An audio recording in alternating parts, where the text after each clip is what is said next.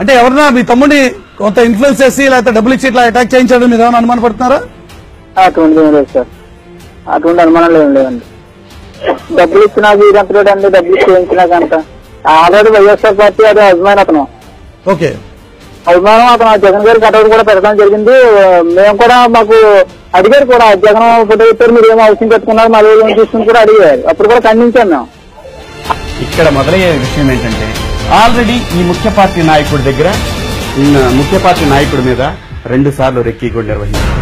ఒకటి గుంటూరులో, రెండోది హైదరాబాద్ లో రెక్కీ నిర్వహించి ఇతని మీద పగడ్బందీగా ప్రాణహాని లేకుండా ఒక దాడి జరపటం. ఆ ప్రాణహాని లేని దాడి వల్ల ఈ రాష్ట్రంలో అలజడులు మొదలవుతాయి. ఒక్కటే చెప్తున్నాం, తెలుగుదేశం పార్టీ నాయకుడు ఎవడు కూడా రోడ్లో తిరిగే పరిస్థితి ఉండదని చెప్తా ఉన్నాం. ఒక్క సైగా కానీ చేస్తే మాత్రం ఈ రాష్ట్రంలో తెలుగుదేశం పార్టీ ఇళ్లలో ఇంచుకోడు కాదు, వీధుల్లో తరిమి తరిమి తరిమి తరిమి కొడతామని చెప్పి తెలియజేస్తా ఉన్నాం.